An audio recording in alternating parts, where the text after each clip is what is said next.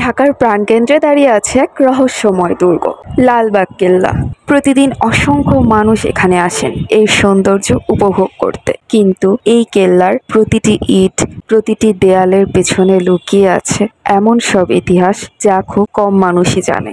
লালবাগ কেল্লার নির্মাণ শুরু হয় ১৬৭৮ সালে মুঘল সম্রাট আওরঙ্গজেবের ছেলে প্রিন্স মোহাম্মদ আজম শাহের উদ্যোগ। তিনি মাত্র ১৫ মাস ঢাকা সুবেদারের দায়িত্ব পালন করেছিলেন।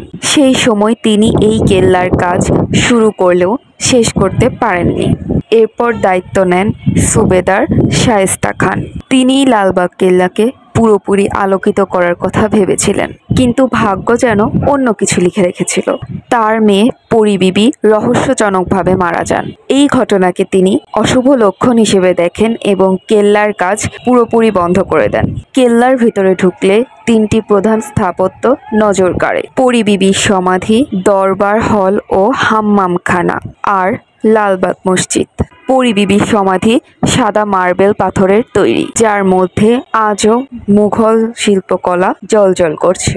অনেক প্রত্নতাত্ত্বিক গবেষক বলেছেন তার নাম হয়তো আসলে পরী বিবি ছিল না। বিভিন্ন দলিলে পাওয়া যায় তার প্রকৃত নাম ছিল ইরান দুখত। তিনি ছিলেন শায়েস্তা খানের প্রিয় কন্যা। রহস্যজনক মৃত্যু এবং অল্প বয়সে সমাধি দেওয়া এই কেল্লাকে ঘিরে এক ধরনের অজানা ভয় ও বিভিন্ন কুসংস্কার ছড়িয়ে পড়ে। দরবার হল ছিল সুবেদারের আনুষ্ঠানিক সভাকক্ষ। এখানে বিচার কার্য, সামরিক বৈঠক, এমনকি রাজকীয় বিনোদনের আয়োজনও হতো। দরবার হলের নিচে রয়েছে এক অদ্ভুত ব্যবস্থা, হাম্মাম ঘর অথবা স্নানাঘর। এটি শুধু স্নানের জায়গা ছিল না, এখানে পানি গরম অথবা ঠান্ডা রাখার আলাদা ব্যবস্থা ছিল। এমনকি সুগন্ধি মেশানো পানিতেও স্নানের ব্যবস্থা ছিল। তবে অজানা তথ্য হলো এই হাম্মামখানার ভেতরে ছিল গোপন সুড়ঙ্গ পথ। অনেকের ধারণা সেই সুড়ঙ্গ পথ দিয়ে সরাসরি বুড়িগঙ্গা নদী পর্যন্ত যাওয়া যেত। কেউ কেউ বলেন সেই পথ শাহবাগ ও অন্য কিছু মুঘল স্থাপনাতে গিয়েও মিলিত হতো। তবে সেই সুড়ঙ্গ পথটি এখন বন্ধ করে দেওয়া হয়েছে। এখনও লালবাগ কেল্লা সম্পর্কে অনেক গুজব এবং কিংবদন্তি ছড়িয়ে আছে। বলা হয় এখানে একসময় গুপ্তধন লুকানো ছিল। আবার কেউ কেউ বিশ্বাস করেন পরী বিবির অকাল মৃত্যু শুধু এক দুর্ঘটনা নয়, এর পেছনে ছিল রাজনৈতিক ষড়যন্ত্র। আর এই কারণেই লালবাগ কেল্লা অসম্পূর্ণ থেকে যায়। আরও একটি মজার তথ্য হলো, যখন ফরাসি পর্যটক ফ্রাঁসোয়া বার্নিয়ার ঢাকা সফরে আসেন, তিনি লালবাগ কেল্লা সম্পর্কে কিছু লিখে গেছেন।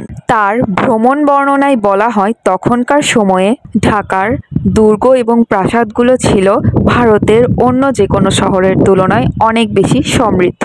আজও লালবাগ কেল্লা কেবল একটি ঐতিহাসিক স্থান নয়, এটি ইতিহাসের একটি অনন্য স্থাপনা। লালবাগ কেল্লা আমাদের শুধু ইতিহাস শেখায় না, এটি মনে করিয়ে দেয় শক্তি, সৌন্দর্য, ভালোবাসা আর বেদনা। এই সব কিছু মিলেই গড়ে ওঠে এক একটি সভ্যতা, এক একটি ইতিহাস। অসমাপ্ত হলেও লালবাগ কেল্লা আজও অমর, ঢাকার প্রাণকেন্দ্রে এক অবিনশ্বর রহস্যজনিত ঐতিহ্য।